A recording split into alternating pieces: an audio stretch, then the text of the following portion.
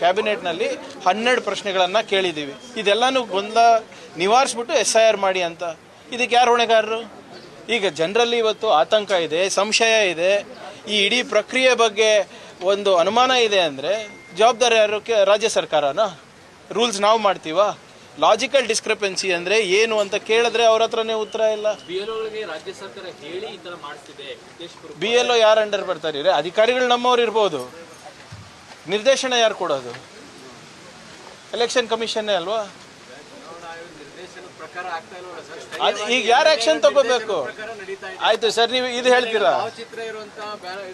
ನೋಡಿ. ಎಲ್ಲರೂ ಕೂಡ MLAಗಳಿರ್ಬೋದು, BJP MLA ಇರ್ಬೋದು, ಕಾಂಗ್ರೆಸ್ MLA ಇರ್ಬೋದು, ಎಲ್ಲರೂ ಕೂಡ ಇದಕ್ಕೆ ಶ್ರಮಿಸ್ತಾ ಇದ್ದಾರಲ್ವಾ? ಯಾಕೆ? ಮತದಾರರಿಗೋಸ್ಕರ. ಈಗ ಅದಕ್ಕೆ ಮಾನದಂಡ ಇದೆ, ನೀವು ಹೇಳ್ದಂಗೆ ಫೋಟೋ ಹಾಕಬಾರ್ದು. ಇದು ಕೆಲವು ಶಾಸಕರು ಮಾಡಿದ್ದಾರೆ. ಜಯನಗರ್ನಲ್ಲಿ ಏನಾಯಿತು ಸರ್? ಜಯನಗರ್ನಲ್ಲಿ ನಮ್ಮ ಶಾಸಕರು ಇರೋದಾ? BLO ಯಾರಿರೋದು? ರಾಜ್ಯ ಸರ್ಕಾರದ್ದು ಚಾಮರಾಜಪೇಟೆ, ಯಶವಂತಪುರದಲ್ಲೆಲ್ಲ ಎಲ್ಲ ಕಡೆ ಇರ್ತದೆ. ಈಗ ಆಲ್ SIR ಎಲ್ಲ ಪೊಲಿಟಿಕಲ್ ಪಾರ್ಟೀಸು ಮಾಡಬೇಕಲ್ವಾ? ಈಗ ನಾಳೆ ನೀವು ಎಲೆಕ್ಷನ್ ಗೆಲ್ಬೇಕಂದ್ರೆ ನೀವು ನಿಮ್ಮ ಮತದಾರರಿಗೆ ಹಾಕ್ಸ್ತೀರಾ. That is what is called a revision of ಇದು ವೋಟರ್ ಲಿಸ್ಟು. ಒಂದು ಸಮುದಾಯದ ಈಗ ನಮ್ಮ ಕಡೆ ಮೊನ್ನೆ ನನಗೆ ಮಾಹಿತಿ ಪ್ರಕಾರ ಬಂದಾಗ ಎಲ್ಲ ಒಂದು ನಮ್ಮ ಬ್ಯಾಕ್ವರ್ಡ್ ಸಮಾಜದವರು ಒಂದು ಅವ್ರದ್ದೇ ಸಮುದಾಯ ಭವನಗಳಲ್ಲಿ ಸೇರ್ಕೊಂಡು ಹಿಂಗೆ ಈ ಪ್ರಕ್ರಿಯೆ ಬಗ್ಗೆ ಜಾಗೃತಿ ಮೂಡಿಸ್ತಾ ಇದ್ರು. ಅವ್ರ ಹತ್ರ ಏನು ER ಫಾರ್ಮ್ಸು ಡೌನ್ಲೋಡ್ ಮಾಡ್ಕೊಂಡು ಅಲ್ಲೇ ಹಂಚ್ತಾ ಇದ್ರು. ಅದಕ್ಕೇನಂತೀರಾ? ಆತಂಕ ಯಾರಿಗಿರೋದು ಈಗ?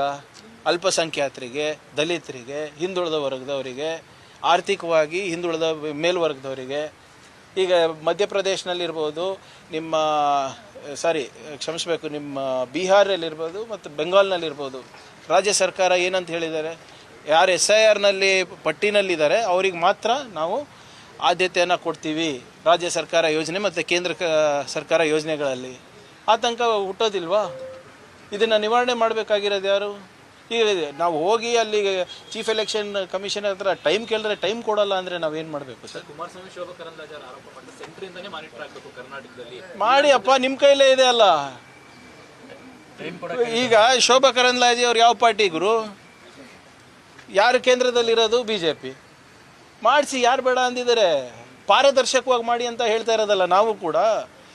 ಭಾಳ ಸ್ಪಷ್ಟವಾಗಿ ನಮ್ಮ ಕ್ಯಾಬಿನೆಟ್ ನೋಟ್ನಲ್ಲಿ ಅಥವಾ ಮನವಿನಲ್ಲಿ ಏನಿದೆ? First line, we are not against revision of voter list of any kind.